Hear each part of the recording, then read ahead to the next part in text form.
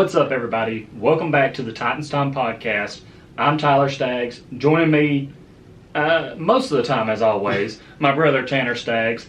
For everyone that's been checking out like the preseason game reaction videos, haven't been putting the audio pod out on those, so make sure you go check out the YouTube if you want to see the last two of those.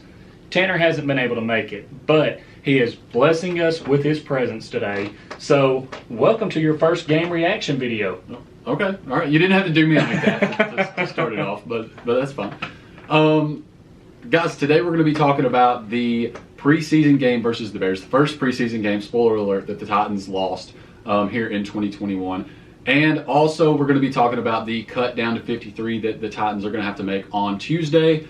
Tyler, before we get into all that, let's plug everything, make sure we get all of that in, and let everyone know how they can help the podcast. So guys, if you want to support the podcast, make sure, for one, go check out our merch. All you have to do is go to titans-time.myshopify.com/collections. If you want to support the audio pod, whatever platform you're listening on, Apple Podcasts, Spotify, either go subscribe or follow, whatever it's called on there. Leave us a 5-star rating. Leave us a review. Maybe leave us some questions. We really appreciate that. For everyone watching on YouTube, go down, if you have not already, hit that subscribe button. Turn it from red to gray. Click the little bells beside it so you never miss when we upload a video. If you like the video, go ahead and hit that thumbs up button. Make sure you actually like the video. It means a lot to us. We really appreciate it. Share the video with other fans. Doesn't have to just be Titans fans, just NFL fans in general. And leave us some comments on the video. Let us know, since the Titans haven't cut down to 53 yet, who you think is going to make the 53-man roster. Also, make sure that you are following us on social media. The ones that we're most active on Twitter, it's Titans_time. On Facebook, it's Titans Time. And on Instagram, it's Titans Time Podcast. And Tanner, I'm just going to say, you may have to carry the show most of the way today. My voice after that game last night is just a little bit shy. Well, listen, I think that you have a lot more information down there than I do, so all right, for one, it would be okay if you carried the show. You're not supposed to be looking over here at my notes. You just keep your eyes on your own shit over there. All I have is my phone, so yeah, we'll try to get through this. But anyways, Titans, they have absolutely slaughtered the other team in the first two preseason games. I mean, this Falcons is the first game. And Tampa Bay. This is the first game where the Titans' defense has allowed a touchdown in the preseason. So 27-24, the Bears won, which, I mean, I'm not going to dwell that much on a preseason loss. It's preseason, and that's almost like talking about practice. I mean, really, do you want to go undefeated in preseason? I don't know. Do you? That's what I'm saying. Do you? Because I'm pretty sure there's been teams before, they've went undefeated in the preseason, and next thing you know, they get to the regular season, and they suck it up. The thing is, it has absolutely no correlation to how the team plays in the regular season, in my opinion. I mean, there's no correlation there. You're not always seeing your starters out there. The other teams that you're playing, you're not always seeing their starters. Even if you see part of the starters, you're not seeing their full starting team. You know why the preseason doesn't matter and has absolutely no connection or correlation to the way the team plays in the regular season? Because guys like Daniel Munyer play in the preseason. That's why.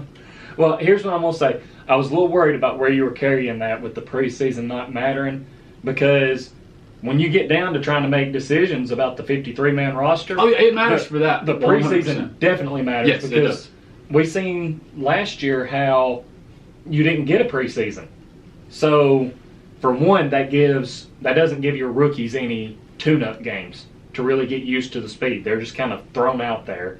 And you have to make decisions based off just some practices and not seeing live action of these guys going against other teams for guys that are fighting for roster spots.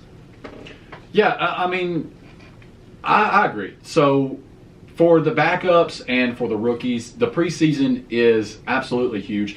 There were a few guys who, this past game specifically, it was absolutely huge for. Now, whether or not they showed up or not and took advantage of that, we'll talk about as the show goes on.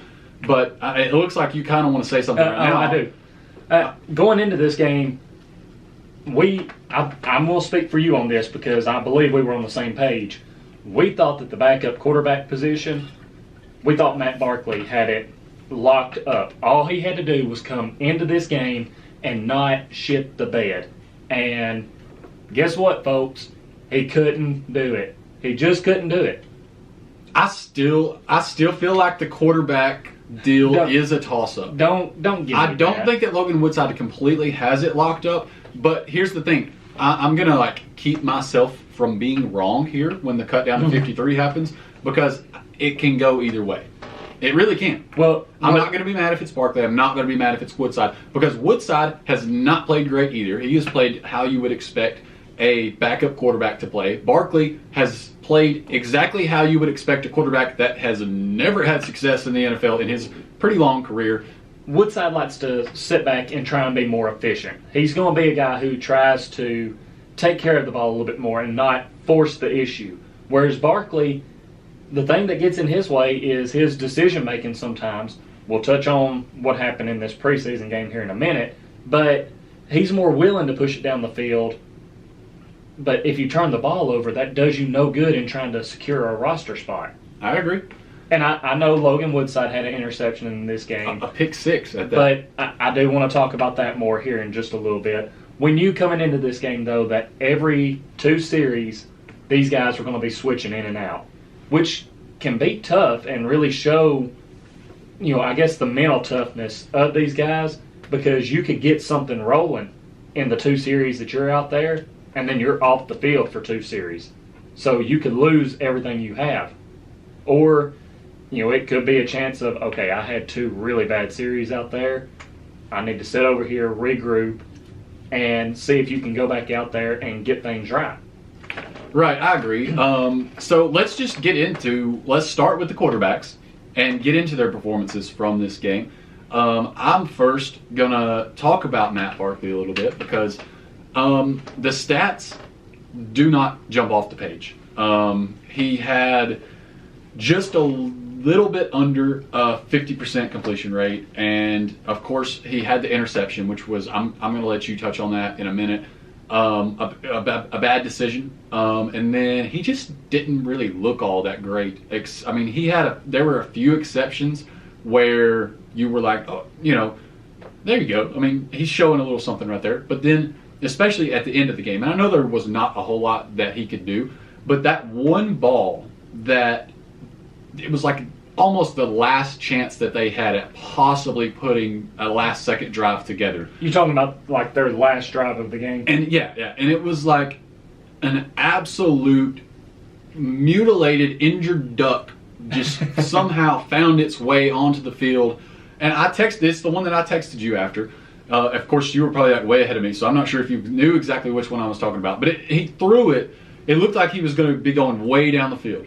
Mm-hmm. He cocked back and it really looked like, and I don't know if it got tipped. I think that was one where he got hit a little bit. Something had to have happened. Is that the one where the Bears player dropped it? It almost got picked off. I texted you and I was like, what was that? Yeah, and that's the thing is, I believe he got hit right about the time he was going to be releasing that ball. But I do want to rewind a little bit to the interception that he did have. You touched on it, said it was a bad decision. So I'm sitting down at the end zone where the Titans are driving towards. So I'm looking at the Titans offense from the Bears defensive side. Right. And I went back and I rewatched this game this morning just to see it from a different view. I have no idea what he thought he seen on that play. Trevathan dropped back in coverage, and earlier that drive, Barkley had a questionable decision where he tried to force the ball to either Luke Stalker or Tommy Hudson. I can't remember which one it was. But he had Marcus Johnson down, a couple yards from him, in front of him, who was wide open. But he tried to force this ball to the tight end, and it got knocked down. So after seeing that play, Trevathan kind of knew when they called this zone, whatever the Bears defense was running, to drop back a little bit, and he may have an opportunity. So Barkley was looking for Nick Westbrook on a slant route, trying to get into the end zone. and Trevathan dropped right back in front of this. But even if Trevathan had not dropped back, I still don't know what Barkley was looking at, because the corner was right there with really good coverage on Nick Westbrook, and the safety had come down right there. If Trevathan hadn't have picked it off, best case scenario is I believe that ball is incomplete. That's best case scenario. Right. Which obviously helps out a little bit because it's not a turnover. You still possibly get in the end zone or at least get a field goal out of the deal. But when you're talking about the decision making and taking care of the ball, I don't know what he was looking at. Yeah, and I mean, the worst thing about that situation is the fact that it was in the red zone. Yes. Because you cannot turn the ball over. Yeah, you can't make mistakes in the red zone, because once you get down there, I mean, like you said, an incomplete pass would have completely helped the situation, because then at that point, if you end up not getting it into the end zone, you kick a field goal. Right. But you have a very good chance at points if you can just take care of the ball in the red zone. You can at least get a field goal in most cases. I mean, in live time, when I'm sitting there and I see this interception, as soon as he throws it, I'm like, what is he doing? Because there's 3 Bears right there around Nick Westbrook. What is he doing? Like, what did he see on that? And like I said, when I rewatched it, I was like, I just need to see if this corner and this safety were as close as I was thinking. Because, going back to the Tampa game, Barkley threaded the needle a little bit to get a touchdown pass to Kinsey. This window was going to be a lot smaller than that one. Maybe he thought he could make it. Well, he thought wrong. He has a little bit too much confidence in his arm, if that's the case. Yeah, he thought wrong. But to Logan Woodside's performance, because he played a decent game. I'm not going to say that he came out, if he ends up with this backup job, so I'm going to put the chances, and we'll talk more about this once we get to us putting together a somewhat of a rough 53-man roster prediction before the end of the show. But I was trying to explain that, now I've lost my train of thought. Anyways, talking about Woodside's performance. Yeah, so Logan Woodside, I don't feel like he necessarily, if he ends up with the job, I don't feel like he necessarily won it for himself as much as Barkley handed it to him. And that's a good point, because like I said, Barkley, he just had to come out and have a good game. If he would have come out, he just had to have a Logan Woodside type game. If he would have come out, had a good game, he probably could have secured that backup quarterback spot. But when you come out, and the stats are I'm going to say a little skewed, because I believe Barkley had more passing yards, but one thing that helped out with that is he was able to connect with Des Fitzpatrick coming across the middle for a really big gain. So that and then you helped his also stats have outside. whoever got the pass to Blackson game, the screen pass, where he had a monster gain. I don't know if that was Woodside or Barkley, but I think that was Woodside, if I'm remembering correctly. Well, he had a monster gain on that one too. So, but how about Blackson game with the wheels? I mean, turning on the speed. Hey, I knew from some of his stuff at Vanderbilt that he was going to be quick for a fullback. Well, and this is where you've probably done a little bit more looking than I have on that, because I'm sitting here, it's a 3rd and long, and I see Blackson game back there, and I'm like, I guess they're just going to do some kind of run, or maybe he's back there to block they're going to try a long pass, but who knows? And then I see him slip out for this fullback screen, and I'm like, okay, and then I see him taking off downfield, and I'm like, okay. Yeah, so he's really quick and athletic for a fullback, and I really like. I just like the way that he fits into this offense. I think that there's a really good, very niche spot there for him, to where he can do things like that. He's not going to have as much of an opportunity when Darrington Evans is healthy, when obviously you have Derrick Henry also there, and then let's talk a little bit as well about Mekhi Sargent. Man, the first guy is not bringing him down. Like, if you want the first guy to bring him down, you better have 2 more guys right there ready to hit him as well. I thought he played a great game, and I'm going to riot, honestly, if it's not Derrick Henry Darrington Evans and Mekhi Sargent. And it's funny because Paul Kraharski tweeted out something about how fans were getting really big on Sargent, thinking that he should make the 53-man roster. And in true Paul fashion, he was like, well, if you look at tonight, he is averaging, 3-point-something yards per carry, whereas Brian Hill was averaging like over 4 yards a carry. And I'm like, okay, you're looking at this game. I don't know that it was the starters for the Bears out there because I believe Sargent was the one that started the game. But some of his carries also came down in the red zone where they were trying to get a touchdown. So his touchdown run. He's not going to average as many yards, but if you put it together over the whole preseason, comparing these running backs of who should be that third running back behind Henry and Evans, I think Sargent averaged like 3.8 yards per carry, whereas Hill was at like 3.5. And Sargent's had more carries. So, and it may end up being Brian Hill. We'll talk about this more once again during the roster projections, but it may very well end up being him just for special teams reasons. But like I said, we'll talk about that some more. Let's get into just hit on some quick final thoughts about the game before we get into that, because I definitely want to set aside plenty of time to talk about the roster and predict the final 53. So because, it's a preseason game. We did get to see LaJuan and Saffold get out for there. 2 drives, right? For 2 drives. Right. And it's good to see them out there because, LaJuan hasn't played any since his injury. So it's good for him to get out there, get back into the speed of the game, see that, hey, everything's going to be okay. Another thought on Logan Woodside. Him and Cam Batson have some amazing chemistry and timing together. Who would have thought that little Cam Batson would be, right now, our best fade guy when you get down near the end zone? And I think that is the throw that probably secured Logan Woodside as the backup quarterback because it was a perfectly placed ball. Des Fitzpatrick dropped what would have been a touchdown catch on, I guess you would call it a fade. I rewatched this game because they were down at the other end. So at first I thought it was just really good defense by the corner.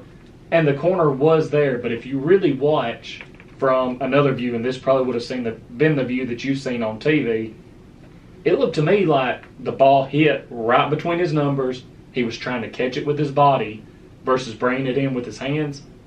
And it just got knocked out. And that's one of the biggest knocks on Des Fitzpatrick, in my opinion. I feel like if he could fine-tune that a little bit, start to catch more with his hands and less with trying to rely on his body, that would just be a major improvement right there. Right. But anyways, I want to ask, because obviously you were at the game and can probably have a lot better idea about this than me. Thoughts on Caleb Farley? I was hoping we were going to get to this again right quick before diving into this roster. Caleb Farley, you can tell that I still have faith in him. I do. I want to make that clear from the start. But they're going to have to start ramping up more of his playing time right now.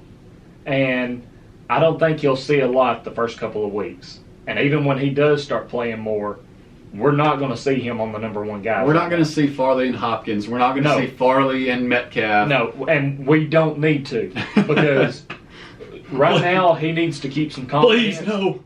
He needs to keep some confidence, and we've seen.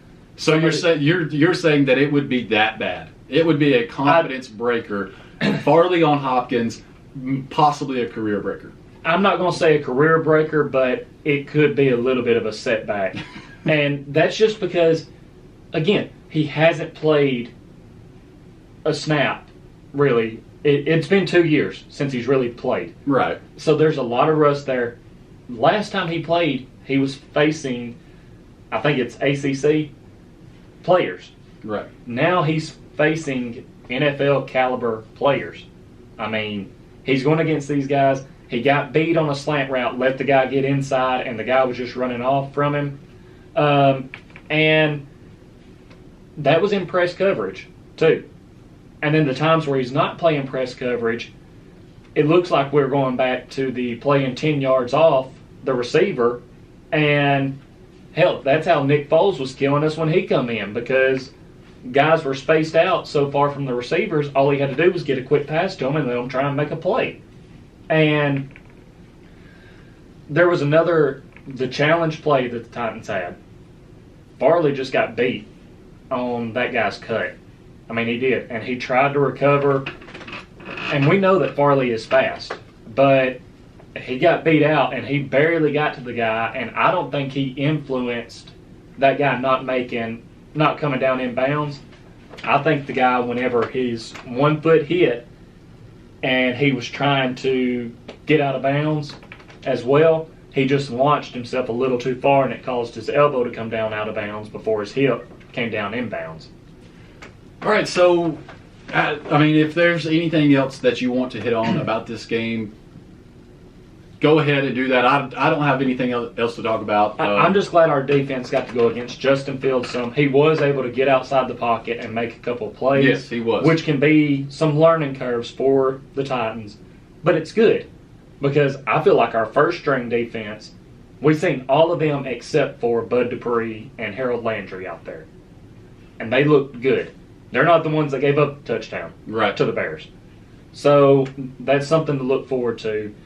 But really, that's kind of my last thoughts on the game.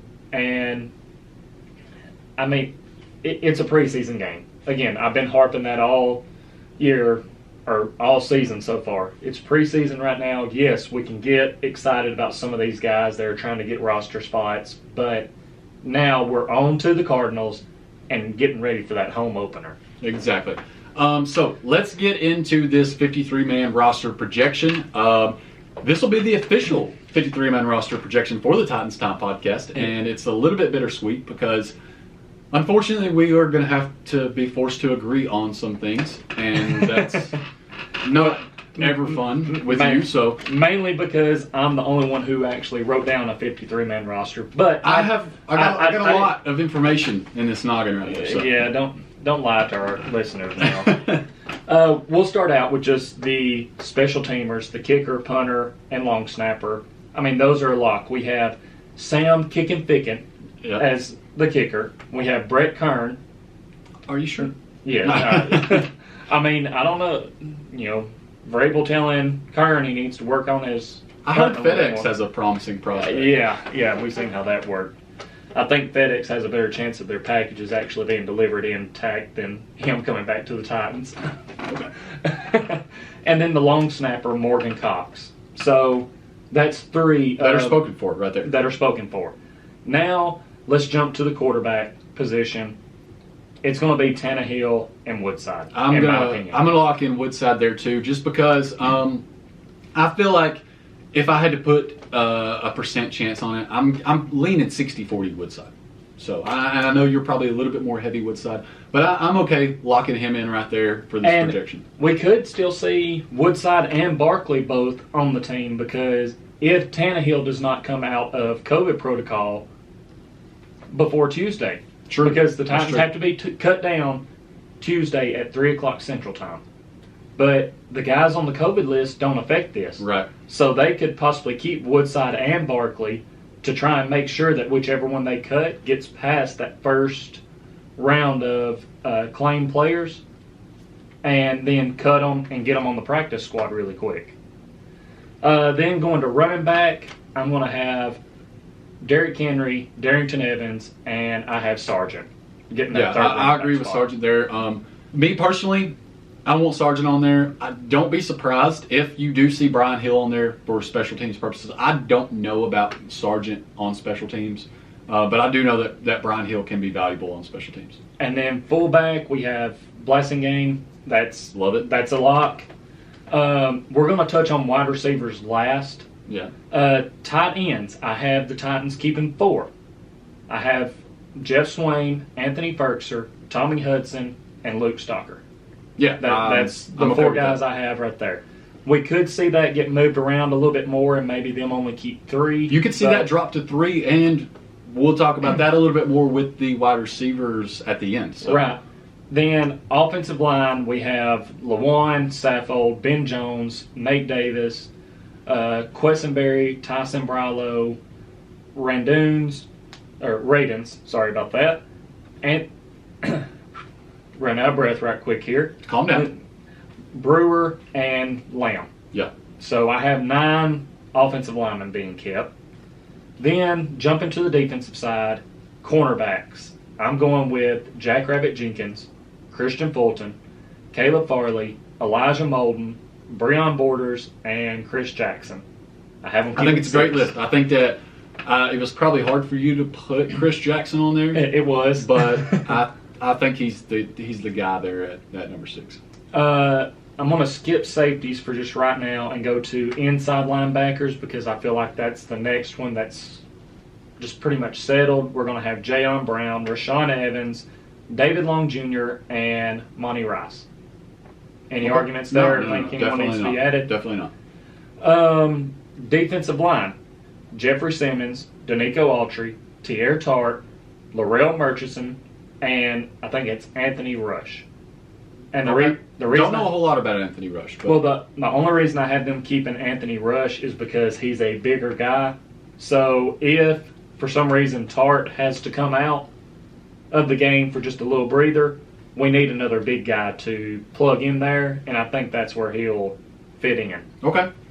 Outside linebackers, this one's tough, and I want to say with this 53-man roster, we could see this just because these may be the 53 left Tuesday at 3 does not mean this is going to be the final 53. Right. Because the Titans, they're looking at other teams who other teams are going to release. They could say, oh, that guy, they just released him. Okay, you know what? This last outside linebacker, we're getting rid of him to bring him in. Yeah. But for outside linebacker... There's no way that we can predict that, so we're just going with what they've got. For outside linebacker, I have Bud Dupree, Harold Landry, Rashad Weaver, John Simon, Ola. I'm not even going to attempt that last name because I already butchered names enough. And I have Roberson being kept. Absolutely Roberson, for sure. And, there's a lot of people that aren't high on him right now. But I think he'll stay. Now going back to the safeties, I have Kevin Byard, Amani Hooker, Matthias Farley, and I think they need to keep 4. Didn't really know who that 4th one needed to be, so I just went with Bradley McDougall. Yeah, I don't hate that. I'm mostly just excited to debate the wide receivers. All right, so now we're to the wide receivers. I have them keeping 6 right now, and that'll put the roster right at 53 players.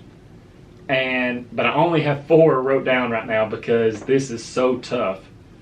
But I have A.J. Brown, Julio Jones, Josh Reynolds, Chester Rogers. I'm a little concerned about Marcus Johnson because he left the field hurt again last night.